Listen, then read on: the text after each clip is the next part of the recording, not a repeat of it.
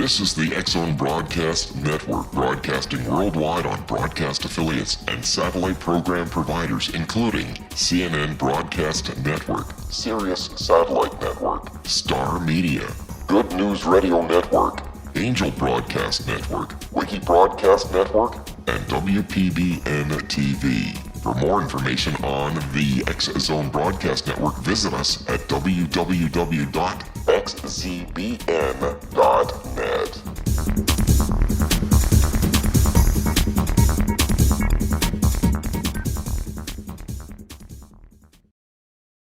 And welcome back to the X-Zone, everyone. We're coming to you from our studios in Hamilton, Ontario, Canada. Worldwide toll-free, 1-800-610-7035. Email xzone at xzoneradiotv.com.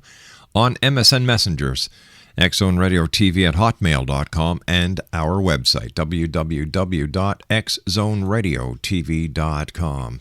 My guest this hour is Dr. Bill Schneid, and Bill has been actively involved in the field of law enforcement for over 40 years. His assignments included Internal Affairs, Narcotics Task Force, as well as patrol and investigative duties.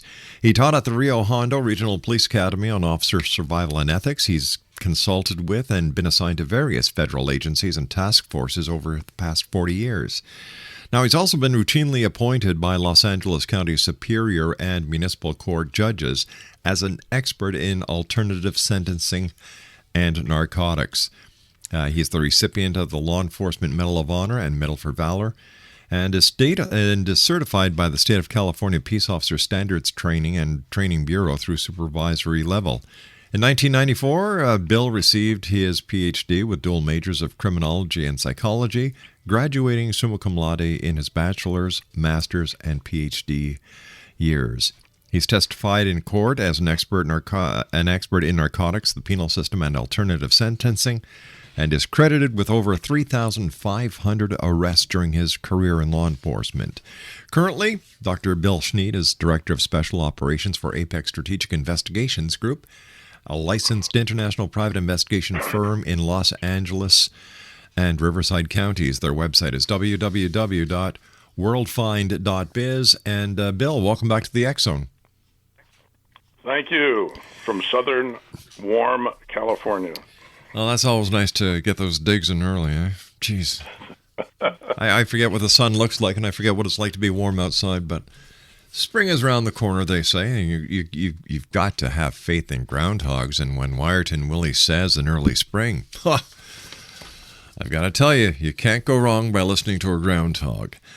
Bill, over the last couple of weeks, there's been a lot of tension between Iran and the United States. The United States reportedly sent a letter to Iran via multiple mediaries last week, warning Tehran that any attempt to close the Strait of Hormuz constituted a red line for Washington. Now, we've also learned in the past day or two that terrorist cells from Somalia have joined Al-Qaeda. And what does this mean, Bill? Are we going to see an increase in security? Are we going to see more terrorist attacks? Or are we going to see more active law enforcement and intelligence work? Well, I think it's a combination of all of the above. Part of the problem in Somalia is they haven't had an organized government in probably the last at least 20 years or so. Mm-hmm. So, I don't hold that as any kind of change in the near future. I mean, it's a country of thieves, pirates, and ne'er-do-wells. So, their primary mission is, gain hostages, extort money, and they're good at that. But as far as being, an organized military country, no, of course not. Well, I understand that they're not a military country, but aren't these cells the same cell that had something to do with the planned bombing aboard an aircraft landing at Detroit? What was it, 2 years ago? Well, they're in alliance as manpower. You can look at them almost like the Foreign Legion. I mean, these are mercenaries, if you will, that, are going to go to bed with Al-Qaeda cells, but it's Al-Qaeda who's got really the money, the training, and the intelligence and wherewithal to execute their plots and plans. So this is just more manpower for them. You don't have the zealots in Somalia that you have in Al-Qaeda. You're not going to find Somalians blowing themselves up. All right, Bill, stand by. You and I have to take a commercial break. We'll be back in 2 minutes. Exonation Dr. William Schneid is our special guest. He is a criminologist, and he is the Director of Special Operations for Apex Strategic Investigations Group, a licensed international private investigation firm in Los Angeles, California, and Riverside counties. For more information, www.worldfind.biz. Dr. Schneid and I return after this 2-minute commercial break. Don't go away.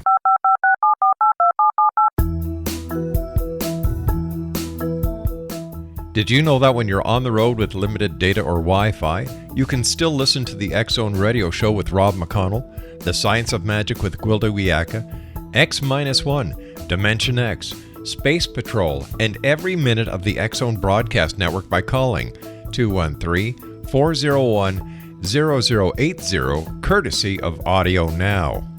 No smartphone, app, or internet needed. It saves your data plan, and it's free if you have unlimited minutes.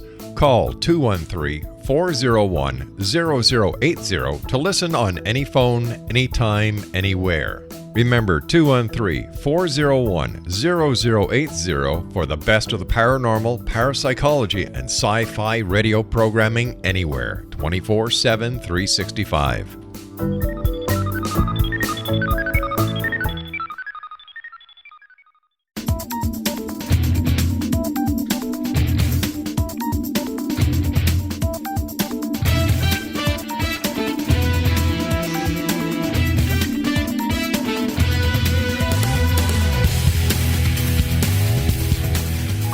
One 1-800-610-7035 worldwide toll-free. Email xzone@xzoneradiotv.com. Dr. William Schneid is our special guest. He's a criminologist. www.worldfind.biz. Bill, we were talking about the letter that has been sent to Iran by various intermediaries last week, warning Tehran that any attempt to close the Strait of Hormuz constituted a red line for Washington. We've heard that a terrorist cell or a terrorist group in Somalia has aligned itself or joined forces with Al-Qaeda. And then also in the news today was the story of the attempted or the plot to assassinate President Obama. It seems that as we're just starting the year 2012, there's more being focused on the terrorist aspect of what's going on. You know, prior to this, terrorism was very rarely spoken about.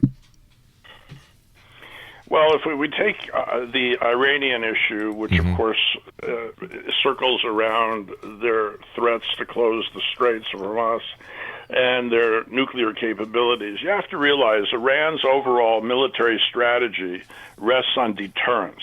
It can't repel a concerted, sustained air campaign conducted by the United States. And despite multiple denials and significant disinformation efforts, Tehran cannot assume the punishment it would sustain from a U.S. attack. And it would be that severe. I mean, if the United States has good intelligence, and this is hardly assured given the ongoing denial and disinformation coming from Iran, it can achieve the element of surprise and can sustain basically a lengthy campaign. And Iran knows that. Tehran has to consider the possibility that its nuclear program could be set back as much as a generation. And the assessment is that Israel's Air Force cannot effectively attack the enormous target that Iran presents. So it would be the U.S. alone, and it would just be an annihilation of Iran as we know it. What would it take for the president to say, "All right, let's go into Iran. Let's finish this once and for all"? Oh, I think it would have to be a concerted alignment of the allies of the United States. We can't go in alone, and we can't go in with token support as we did in Iraq. It's just not going to happen. We have too many too many people in this country are upset with our decade-long excursion into the Middle East, and this country is being bashed around enough internally with its own strife. Plus, we have an election coming up. This is just it's a political suicide mission to be heading into Iran unless there's an absolute concerted, allied intelligence information that, without a doubt, proves that this is going to escalate into a major threat to the stability of the world. Remember, we went in to Iraq initially on the basis of weapons of mass destruction, which was baloney. So you're going to have some pretty hardcore intel in order to convince the Allies as well as convince the American people that this is going to be the right thing to do. I also understand that let me rephrase that. The Middle East is very, very volatile these days. It's been a total uproar for the Middle East in the last year and a half. Look what happened to Egypt, and then we have Libya, and now we're looking at Syria. Is it my understanding that the events in Syria are actually compounding this situation? Well, Syria, Egypt, I mean, you have, suddenly the upsurgence of people that have been compounded and diminished and ground down to the ground for generations of being ruled by these fiefdom dictators. They got rid of Gaddafi, we got rid of Hussein. I mean, these titular heads are going to fall. Unfortunately, Syria is taking it out on its people, and I'm surprised that the United Nations hasn't said enough already and stepped in, because having the military basically turn their guns on their civilians is just an atrocity. Now, there was also it looks like how can I best describe it? A CIA hit in Tehran, and Iran is pointing its finger at the U.S. intelligence community for that hit of one of its senior chemists. I don't doubt that it was a CIA operation. Obviously, from the Iranian downing of the drone, it's obvious that we're conducting clandestine operations in the Middle East. I wouldn't be surprised if that doesn't include the polite phrase of neutralizing certain individuals that pose a threat to the United States or its allies. This is business as usual. It's nothing new. It surfaces when something like this becomes public, but there's ongoing clandestine operations by, you can about believe, virtually every country out there in the free world.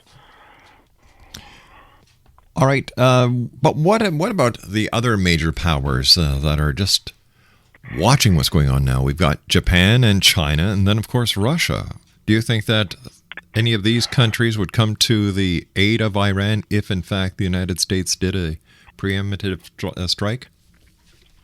Well, China has already vetoed, as has Russia, our attempts to go to have a resolution passed regarding Syria. Russia, has the ultimate veto from the Security Council from the inception of the UN. China is, sort of the big boy in town because, one, it's got the people. Secondly, it's got the money. And, you have to remember, China loaned us money, which is kind of humorous in its own way. But the Chinese have come forward hugely in the area of economics and the ability to control the world market in many, many things. Now, China, on the other hand, needs Iranian oil. So oil is always been the factor in the Middle East. Nobody needs sand. So, oil is it. China is not going to alienate anybody who possesses a huge market economy for them.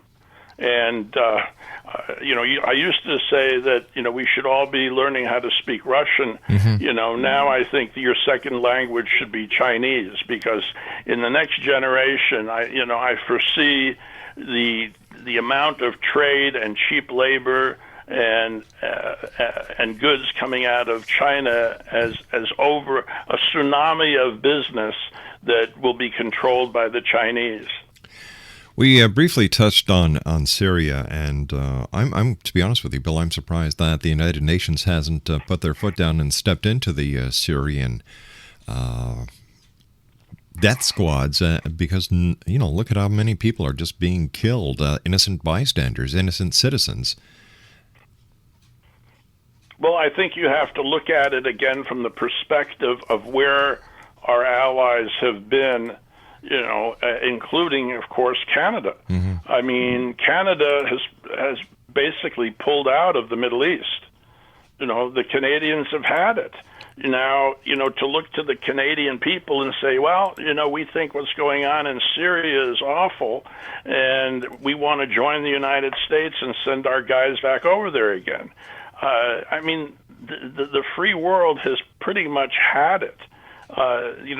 They're tired of losing their men and women to a situation that's 10,000 miles away that doesn't really directly affect them.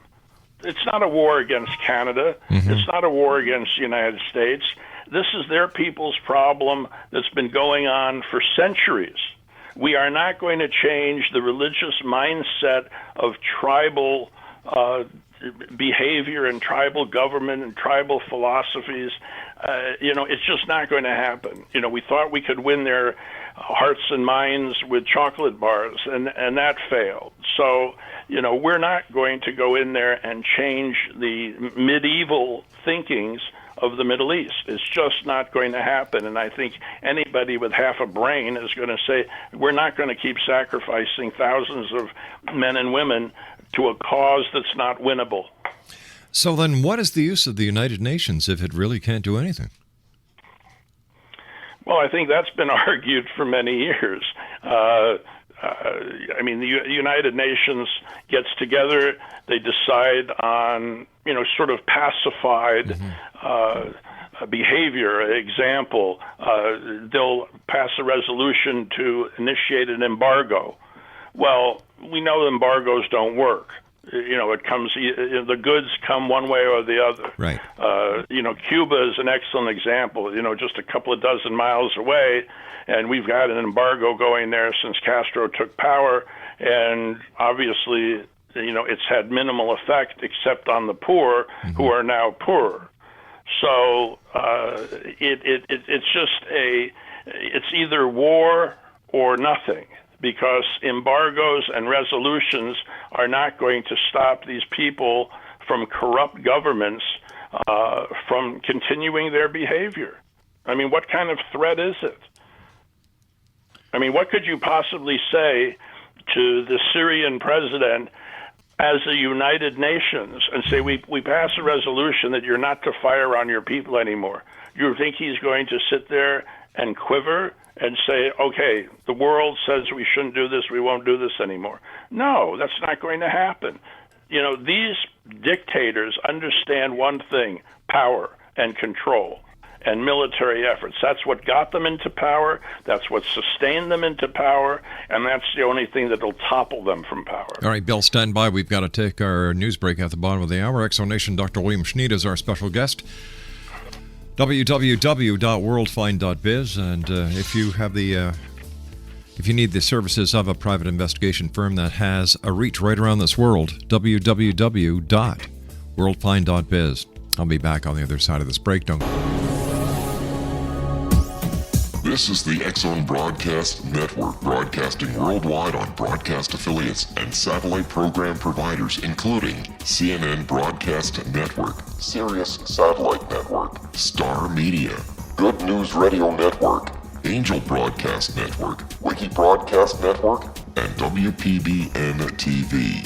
For more information on the X Zone Broadcast Network, visit us at www.xzbn.net.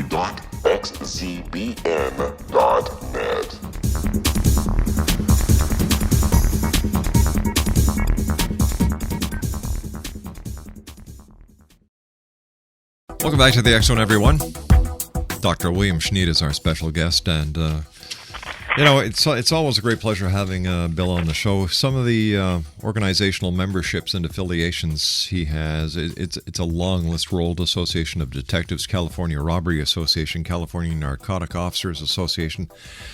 But what's really impressive and shows you the dedication of Dr. William Schneid are his list of commendations: Law Enforcement Medal of Honor, Law Enforcement Medal of Valor, Federal Bureau of Investigation for exceptional services, Department of Air Force, exceptional service, Department of Defense, Missile Defense Organization for exceptional service, Bureau of Alcohol, Tobacco, and Firearms for exceptional service, and Los Angeles County Sheriff's Department for exceptional services. Dr. Schneid is the Director of Special Operations for Apex Strategic Investigations Group, an internationally licensed private investigation firm located in Los Angeles and Riverside counties. And whether you need an investigation firm for a civil matter, criminal matter, corporate background checks on employees, if you'd like to find out what the truth is on a subject that requires the services of a professional, highly qualified, dedicated, yet very reasonable private investigation firm, www.worldfind.biz is the website for Dr. William Schneid and the Apex Strategics Investigation Group. 1-800-610-7035 worldwide toll-free. Email xzone@xzoneradiotv.com, on MSN Messenger, xzoneradiotv@hotmail.com, and our website, www.xzoneradiotv.com. By the way, X Zone Nation, I am so happy to announce that the X Zone app for all Android devices has finally been released. It was released yesterday, and it's available by going to www.xzoneradiotv.com/X Zone app. Now, you will notice that the people spelt my family name wrong. They spelt it with one N, but I was told by the provider that will be changed, and you'll be able to download the present one, and as soon as the new one is up and available, you will be getting it with the compliments of our provider. So that's, again, if you'd like to download the X Zone app into any of your Android devices, www.xzoneradiotv.com/X Zone app. Bill, you and I have been talking about the Middle East. It seems to be the most unsettled area of the world right now. Prime Minister Stephen Harper just finished a 4-day official visit to China, and because of his visit, apparently we're going to be receiving 2 panda bears here in Canada that will be at the Calgary and the Toronto Zoo. He goes over there, gives them Canada, and they send back 2 panda bears. What can I tell you? Where do you see, Bill, you're a member of the intelligence agency. You work hand in hand with worldwide intelligence agents. When you look at the Middle East, am I correct in calling it the most unsettled part of the world? Oh, I think that's, I would be in concord with you. It's certainly an area in flux, I think, in part because of the instantaneous communications that is now available through tweeting and just general cell phone communications, which, remember, the government controlled their TV, their radio, certainly their news media. There was just absolute control, and phones were just incredibly expensive. So only the wealthy had it, but the unsettled young people, which have been driving these various rebellions, got together and circumvented all of that by being able to correspond by cell phones and mass huge amounts of people who I think began to realize that they don't have to accept living in absolute poverty and control, and were given certain tastes of freedom just by able to demonstrate, even at the risk of their lives. So, you have that whole area that's been controlled by sultans and fictitious generals, etc., for their own self-serving purposes at the expense of the backs of their hardworking people. So, it's about time that happened, and as each dictatorship falls, it fuels the neighboring countries' dictatorships. I mean, these folks should wake up, plunder whatever they can, and get the heck out of there before they get strung up. I mean, all they have to do is look at what was left of Gaddafi and say, hey, am I next on the chopping block? Now, do you think that these people can actually handle a democratic way of life, that they know how to live in democracy? Well, I think your point is an excellent question, because, again, we saw that with the rebels taking over the government at Libya. Yeah. The problem is that just because you may be the chief of a local tribe doesn't mean you're capable of running a country. Exactly. And for that matter, we see that in Haiti. Where even though they're a so-called democracy, look, we're years after this earthquake, and the infrastructure of that country is still questionable.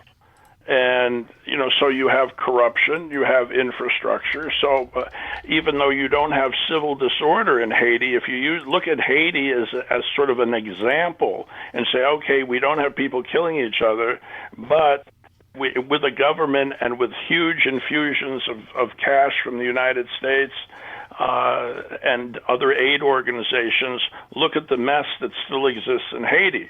How can we expect anything better than that from any of these countries in the Middle East who have to pacify multiple tribes within a region? That's another problem that you have in, like, Africa, as an example, is that you have these nomadic tribes. It would be as if each province of Canada decided that they wanted to, get out from the rule of the Canadian government and become their own government. It would be chaotic. So, not to say that Quebec didn't have its issues and sort of stood apart on various platforms. And we have, obviously, in the United States, we have Arizona and several other states lobbying about immigration reform. But the difference is, as a country, we're somewhat better organized, and I hate to use the word, but perhaps more civilized in the fact that we don't go to war with each state, and that perhaps points to our civility. I don't know what it points to, but I think part of our problem is that we're apathetic when it comes to our own issues within our country. So I don't know that it necessarily means that we reflect the purest sense of democracy. I think we reflect the purest sense of apathy, and we just have it too good. And these other countries that have never tasted real freedom, are suddenly having access to media and access to viewing how countries who do have levels of freedom can behave and enjoy life. That's, what is shaking their trees and saying, we didn't even know. That's like trying to describe what a steak tastes like to someone who's never tasted it. Right. And so these folks that have been basically subjected to Stone Age living conditions are suddenly being brought rapidly to civilization. I would venture if you took an Aborigine and suddenly put him in Toronto, he wouldn't know what the heck to do. And I think that's the parallel to what you're talking about, is how do these countries suddenly overthrow a structural dictatorship and then take the reins of government when they have no clue what government means. Exactly. And we've seen this happen even in Egypt, because Egypt threw over its dictatorship. And then the people of Egypt needed to be controlled by the military. So it looks like they went from the frying pan into the fire, and nothing has basically changed because they've got this mob mentality now that if they want something, they just have to go out and mob it, riot it, and they get their way. And I think that this is something that needs to be looked at around the world. And you know what? I point a big finger to the social medias because, in my opinion, this is not use of a social media. This is abuse of a social media. No, again, I agree with you. We don't have a school that teaches people how to become leaders, better citizens, leaders of countries. I mean, most of these places evolve, from generations of families. I mean, even look at the Queen of England or the royal family of England. I mean, this has been centuries. Of course, they don't rule with an iron fist, but you're still talking about, even if it's just symbolic, you're still talking about centuries and centuries and centuries of the same people. So if you overthrew the royal family, hypothetically, and say, okay, we're going to put Rob McConnell in there because we're behind him, I'm sure you would say, what am I supposed to do? Exactly. I mean, you have no, however civilized and educated and well-informed you are, you still don't know the nuances of how to run a government. That's right. So, and I wouldn't want to see you with a little purse with your American Express card in. Well, thank you very much. I appreciate that. I don't have an American Express card. Maybe it's because I don't have a purse. I don't know.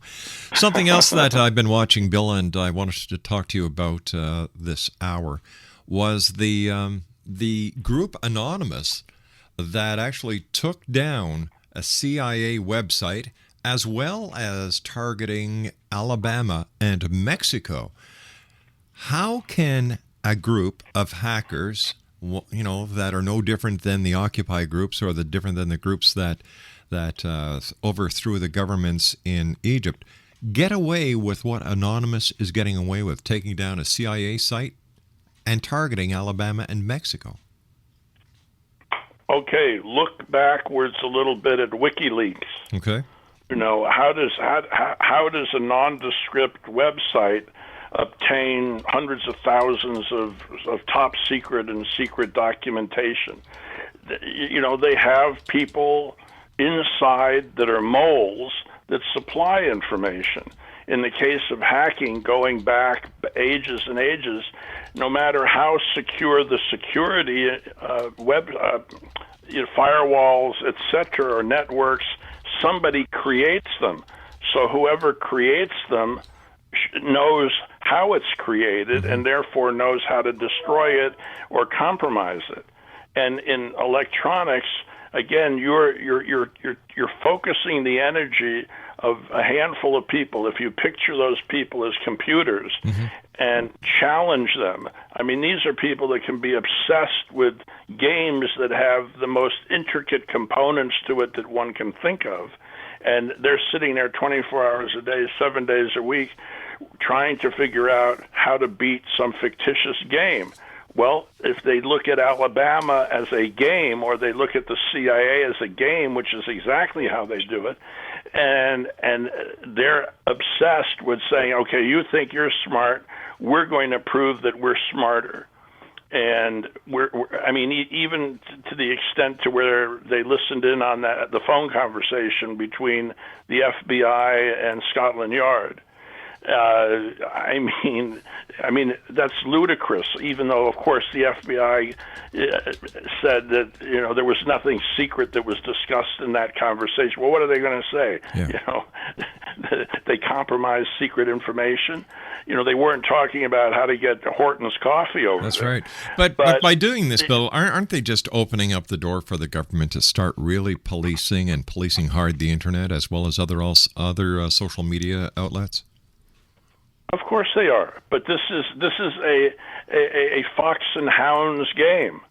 To them, it's a game, and they don't realize that you're absolutely correct. The consequences are dire because all they're asking for is a greater punishment. Do you really want to do 25 to life? For hacking into a government computer? That's what will ultimately happen. What they consider a game, is being rapidly being looked at as a more serious intrusion in denial of service attacks, etc., since so much communication, so much commerce goes by way of the internet now. So the internet has become explosive in size and destiny as opposed to what one thought it would be, a generation or two ago. So, right. Yes, you are correct. There's more and more legislation coming down the pike, I assure you. All right, Bill, stand by. You and I have to take our final break. Exonation, Dr. William Schneid is our special guest.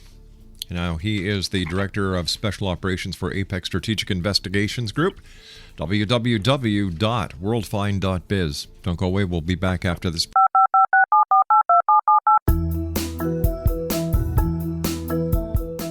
Did you know that when you're on the road with limited data or Wi-Fi, you can still listen to the X-Zone Radio Show with Rob McConnell, The Science of Magic with Gwilda Wiyaka, X-1, Dimension X, Space Patrol, and every minute of the X-Zone Broadcast Network by calling 213-401-0080, courtesy of Audio Now. No smartphone, app, or internet needed. It saves your data plan and it's free if you have unlimited minutes. Call 213-401-0080 to listen on any phone, anytime, anywhere. Remember 213-401-0080 for the best of the paranormal, parapsychology, and sci-fi radio programming anywhere, 24/7, 365.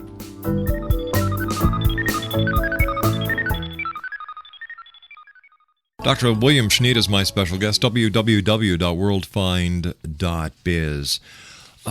Bill, just getting back to the to Anonymous, they want freedom, they want this, they want that, but by their actions, what they're going to be doing is bringing down the full force of the legislative law that I see will start really and intensely policing the internet.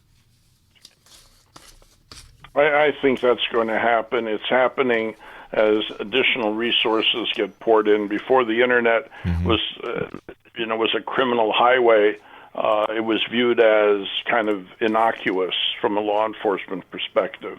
But you've got the Craigslist killer that committed suicide, but after murdering all these people. You have the internet being used for more and more criminal enterprises, not just intrusion into credit card numbers and things like that, but you have a ability to virtually be anonymous and raise havoc. And I think at some point there's going to be some form of static IP addresses that this is your address. That's and right. This comes back to your home, and you put a card in, just like a driver's license, and that signs you on, and that says you're Rob McConnell at 123 Any Street in Vancouver. And, nobody's going to have to hunt around for it because that's your card, and that gives you access to be able to get on the internet. The funny part, that's what I see happening, is we have to be able to identify who in the heck is on the internet at any given time. Mm-hmm. Well, you see, that's what it happens no longer now. is. I mean, you can't go into the library and check out a book without having a library card, and this is going to be something similar to that. But that's what's happening now. We here at Relmar have a dedicated IP number, and each machine is clocked in with that IP number and that IP address. So anyone can do a who is search, and all our information is accessible to them. Mind you, we have nothing to hide, so big deal. There it is. We don't use anonymous names. We use our real names, and everything is legitimate.